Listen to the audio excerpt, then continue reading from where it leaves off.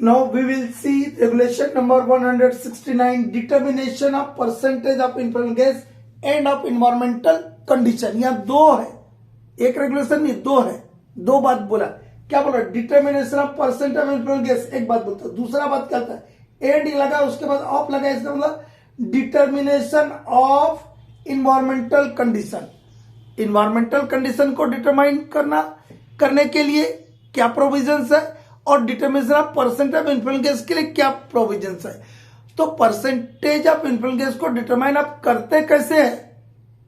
पहले रेगुलेशन को नहीं बताते, बेसिक चीज बताए थे, उसको समझ लीजिए कैसे करते. दो ही तरीका हमारे पास अवेलेबल है.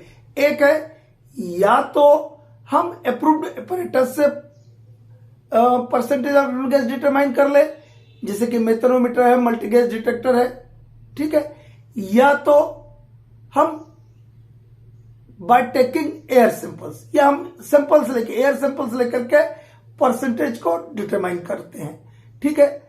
एनवायरमेंटल कंडीशन में क्या होता है? अरे आपका हीट है, ह्यूमिडिटी है, टेम्परेचर है, यही सब ना आएगा. वो एनवायरमेंटल कंडीशन, वो दो पॉइंट में, दो ही सब रेगुलेशन है इस रेगुलेशन में. तो एक जो सब रेगुलेशन उसमें 5 गो बात बोला है. क्या 5 गो बात बोला? पहले रेगुलेशन नहीं बता, पहले समझ लीजिए. क्या बोला कि आपको क्या करना है कि जिन माइंस में इलेक्ट्रिसिटी इस्तेमाल होता है, अब माइंस में तो आजकल इलेक्ट्रिसिटी इस्तेमाल होता ही है, तो वहां पर आपको percentage of influential gas determine करना है. तो आपको मैंने अपॉइंट कर दिया, तो सबसे पहले आपको हमसे 5 गो क्वेश्चन कीजिएगा, वही वाले यहां लिखना है. बोलेंगे सर कौन करेगा? तो आपको हमने कर दिया, एक कॉम्पिटेंट पर्सन को हमने अपॉइंट कर दिया. आप बोलेगा सर कौन चीज से करना है? तो हम आपको इंस्ट्रूमेंट बताएंगे, तो वो इंस्ट्रूमेंट बताना होगा आपको, पहले से मालूम होना चाहिए. फिर बोलिएगा कि सर कहां करेंगे, कहां कहां करना है, तो प्लेसेस बताना होगा. फिर आप बोलिएगा सर आप हमको अपॉइंट तो कर दिए हैं और ये भी ना बता दिए कितने कितने टाइम इंटरवल पे करना, मतलब फ्रीक्वेंसी ऑफ डिटर्मिनेशन कब कब रहेगा, ये बता दीजिएगा, ठीक है. और इसमें एक आपका एक्शन दिया हुआ है. 5वां पॉइंट क्या है? एक्शन. एक्शन में क्या दिया है कि यदि कहीं पर इन्फ्लुएंट गैस 1.25% से अधिक मिल जाता है, इन्फ्लुएंट गैस मतलब मीथेन, फायर डैम जिसको बोलते हैं, मिल जाता है, तो सारे केबल से, एपरेटस से, लाइट से पावर को काट देना है, ठीक है. इतना दिया. दूसरे में एनवायरमेंटल कंडीशन का दिया है. तो अब हम चालू करते हैं रेगुलेशन को, ठीक है. सबसे पहला बात क्या बोलता है? तो ही sub regulation, number 1 sub regulation क्या बोलता है? If electricity is used in mines, यदि माइंस में इलेक्ट्रिसिटी का इस्तेमाल होता है तो percentage of influential gas shell be determined in the general body of air. हमारे टाइम पे ये अलग था, वहां डिग्री 2 डिग्री 3 में करना था. ये 2017 में उसको हटा दिया. आप क्या कर दिया? हर माइन के लिए कर दिया, हर वेंटिलेटिंग डिस्ट्रिक्ट के लिए. वेंटिलेटिंग डिस्ट्रिक्ट मतलब क्या? माइंस, ठीक है ना. Percentage of influential gas shell be determined in the general body of air. अब बोले थे हम पहले कौन करेगा, तो कौन करेगा? बाय ए कॉम्पिटेंट, ऐसा एक लाइन में लिखना, by a competent person. CP मतलब कॉम्पिटेंट पर्सन. काहे से करेगा बोला? आइदर, या आइदर मतलब या तो, either by an approved apparatus, either by an approved apparatus or by taking air samples, or by taking air samples. हो गया भैया. कौन करेगा? एक कॉम्पिटेंट पर्सन करेगा डिटर्मिनेशन ऑफ इन्फ्लुएंट गैस का परसेंटेज, और या तो वो अप्रूव्ड apparatus से करेगा या टेकिंग सैंपल्स लेकर के. लेकिन सैंपल लेके तो आपने किया भैया, अब सैंपल को क्या ऑफिस में रखने के लिए? नहीं. Sample shall be analysed with in 3 days. और हम आपको बता दें पुराने कैंडिडेट, आप लोग के टाइम 2017 के पहले जो 1957 वाला रेगुलेशन चलता था उसमें 4 days था. अभी कितने दिन में एनालिसिस कर लेना आपको? 3 days में. एकदम याद रखिएगा, sample shall be analysed with in 3 days. Samples shall be analyzed with in 3 days। ये सब ऑब्जेक्टिव के लिए याद रखिएगा, फर्स्ट क्लास सेकंड क्लास। कितने दिन में सैंपल को एनालिसिस कर लेना है। यदि आपने एयर सैंपल लिया है तो उसको एनालिसिस करना ना होगा। यदि एपरेटस से आपने पता किया तो कोई बात नहीं आता, और आपने एपरेटस से यदि परसेंटेज पता किया है तो वो एपरेटस सही है या नहीं, उसकी एक्यूरेसी ठीक है कि नहीं है, कैसे जांचिएगा? जांचिएगा बाय कैलिब्रेशन टेस्ट से। तो एपरेटस जो भी आप यूज कर रहे हो उसको क्या करना होगा? कैलिब्रेट करना होगा। और कितने दिन में करना होगा? जो कि डीजीएमएस के सर्कुलर्स में आपको बताया गया है। जो स्टिपुलेटेड टाइम है उसका भी हम चार्ट दे देंगे इस वीडियो के आखिरी में। जब ये रेगुलेशन खत्म हुआ तो कैलिब्रेशन वाला चार्ट दे देंगे, वो भी याद रखिएगा। उससे भी ऑब्जेक्टिव आएगा, वेंटिलेशन में भी आएगा, लेजिस्लेशन में भी आएगा। तो क्या बोलेंगे? Apparatus shall be calibrated. Apparatus shall be calibrated. Apparatus कैसा होना चाहिए? कैलिब्रेटेड। ऐसा छोटा छोटा लिखिएगा तब याद रखिएगा, तब लिख पाइएगा आप एग्जाम में। Apparatus shall be calibrated in A stipulated time. जो स्टिपुलेटेड टाइम दिया हुआ आपको स्पेसिफाइड टाइम है, उस इंटरवल पे कैलिब्रेट करके आपको एपरेटस रखना है, और वही एपरेटस का आपको इस्तेमाल करना है। ये तो हो गया आपका ऑर्गेनाइजेशन और इक्विपमेंट वाली बात। अब हम पूछे थे आपको स्टार्टिंग में बताया था ना कि कौन करेगा, काहे से करेगा, तो कौन करेगा और काहे से करेगा हो गया। अब बोलिएगा कहां करेंगे, ये ना बात है। तो ये ए पॉइंट था, एक सब रेगुलेशन 1 का ए था। बी में क्या है? प्लेसेस दिया, कहां कहां आपको परसेंटेज ऑफ इनफ्लुएंस गैस को डिटरमाइन करना है through approved apparatus or by taking air sample. तो कहां कहां करना है, और ये इसको फिक्स कौन करेगा? ये जो प्लेसेस है इसको फिक्स कौन करेगा? Fix by the manager. कौन करेगा? मैनेजर फिक्स करेगा। कहां कहां फिक्स करेगा वो भी रेगुलेशन बता दिया। कहां करेगा? नंबर वन कहां करेगा? On the intake side of the first working place. हम डस्ट सर्वे बता रहे थे, वहां पे हम एक फिगर के माध्यम से बताया फर्स्ट वर्किंग प्लेस किसको बोलते हैं डिस्ट्रिक्ट में, और लास्ट वर्किंग प्लेस किसको बोलते हैं। तो डस्ट सर्वे जाके देखिएगा तो ये वाला चीज क्लियर हो जाएगा, किसको फर्स्ट वर्किंग प्लेस बोलते हैं, किसको लास्ट वर्किंग प्लेस बोलते हैं। एक ही चीज को 5 बार नहीं बताएंगे, ठीक है। कहां पे करना है? On the intake side of the first working place. याद हुआ दिमाग में? कहां बोला? पहला point on the intake side of the first working place. दूसरा कहां करेंगे? On the return side of the last working place. याद हुआ? तीसरा वेयर आरआईएम में रिक्वायर, आरआईएम मतलब रीजनल इंस्पेक्टर माइंस जहां बोल दे।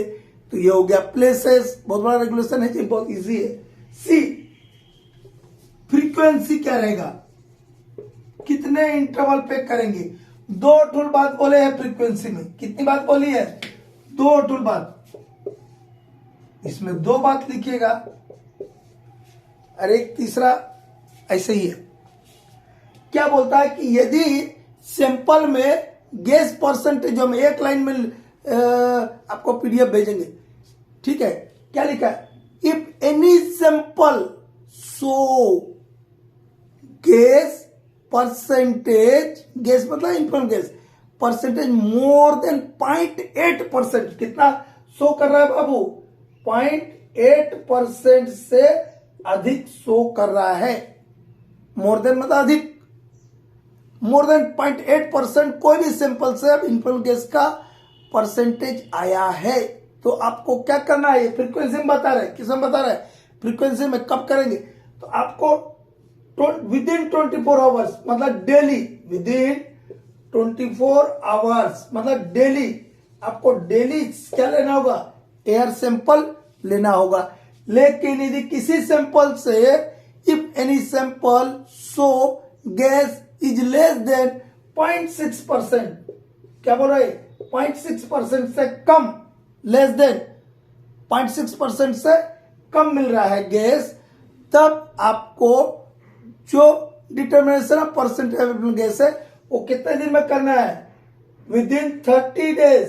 कितने दिन में करना है? विद इन 30 डेज, ठीक है। और एक दिया है विद इन 24 आवर्स। एक तो पहला वाला में विद इन 24 आवर्स था, तीसरा वाले में भी विद इन 24 आवर्स है। कब विद इन 24 आवर्स रहेगा?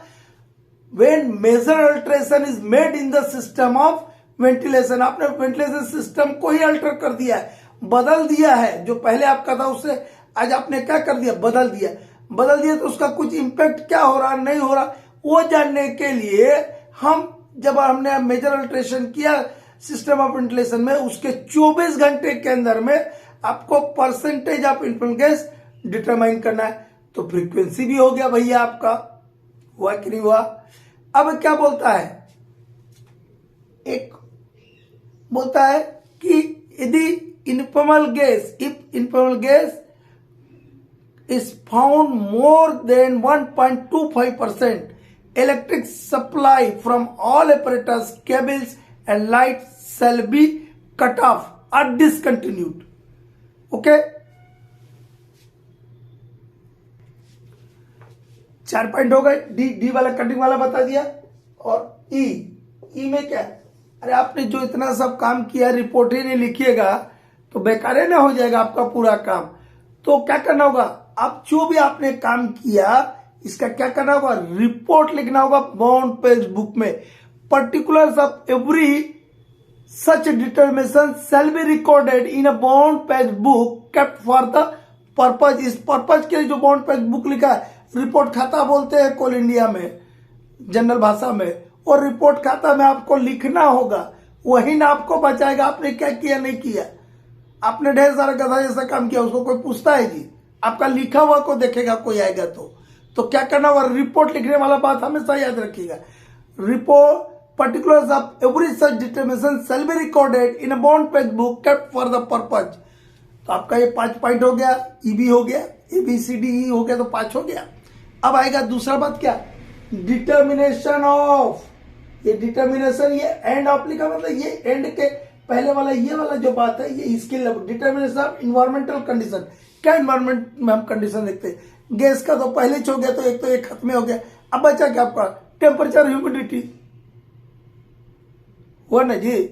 तो टेम्परेचर, ह्यूमिडिटी और अदर इन्वायरमेंटल कंडीशन को 30 दिन में एक बार डिटरमाइन करना है। वो भी क्या लिखता है कि RIM में रिक्वायर, RIM यदि चाहते हैं तो, RIM मतलब रीजनल स्पेक्ट्रम माइंस, यदि चाहते हैं तो temperature, humidity and other environmental condition shall be determined once in every 30 days. मतलब महीना में एक बार इनको भी मेजरमेंट कर लेना है।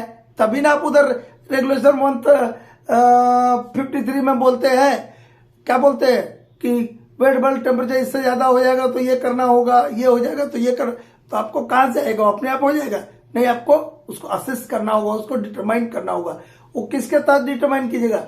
रेगुलेशन 169 के तहत। हम लोग के टाइम पे इसका 145 था, गलती से मुंह से निकल जाए 145 तो गलत मत समझ जाइएगा। हम लोग के टाइम पे ये रेगुलेशन का नंबर था 145। हमको पूरा रेगुलेशन का नंबर उसके अंदर के कंटेंट तक याद थे, का फुल स्टॉप का माँ है, ठीक है? तब ना छोटा छोटा बनता है। हम अपने लिए बनाए थे ऐसे वाला, वही आप लोग को दे रहा हूं, ठीक है? अब एक चीज हम जो बोले थे कि वीडियो के आखिरी में एक चीज हम आपको देंगे, जो इस वीडियो में एक जगह हम बोले थे कि आप जो भी इंस्ट्रूमेंट इस्तेमाल करेंगे, अपरेटस इस्तेमाल करेंगे, that apparatus must be calibrated in A stipulated time.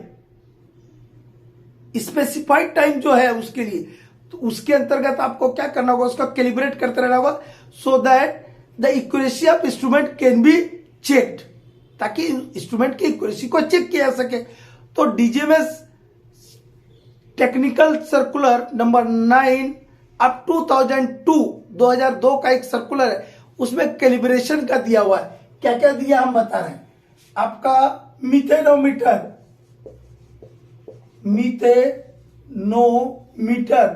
इसको एवरी 3 मंथ्स में कैलिब्रेट करना है। कितने में करना है? Every 3 months. टॉक्सीमीटर CO के लिए रहता है भैया। ऑक्सीमीटर या ऑक्सीजन लेवल को जानने के लिए रहता है ऑक्सीमीटर, ठीक है? ये भी हर 3 महीना में करना है। ये लाइन कीजिए, मतलब 3 महीना में करना है, ठीक है? और आपका बता रहा है, एक minute, multi gas detector, multi gas detector, इसको भी 3 महीना में करना है। और अदर जो आपके एपरेटस है, अदर एपरेटस को हर 6 महीना में करना है, एवरी 6 मंथ्स में करना है।